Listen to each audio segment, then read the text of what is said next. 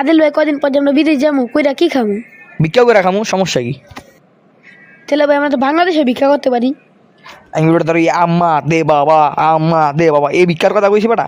মনে কর সারাদিন খামো দামো ঘুমামো, দুপুরবেলা উঠুম 3টা 4টা বাজে, ওইটা মনে করো অফিসটা বিদেশে কত যায় না।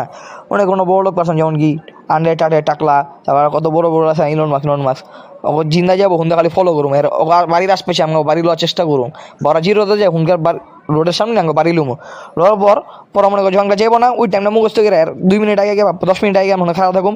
জনিকা দিল রাস্তা বেড়ে তুই হঠাৎ করে গেতে লবি, বড় আমার অ্যাক্সিডেন্ট হইতে না, থেমা যাবো গাড়ি, পরে মনে কর আমি ঘুমো, আম্মা দে বাবা, আম্মা দে বাবা, গিঞ্জি ছিলাম না পুরো যেমন বলবি আমার সব I am hungry, I am 2 days too hungry, I am not eating 2 days।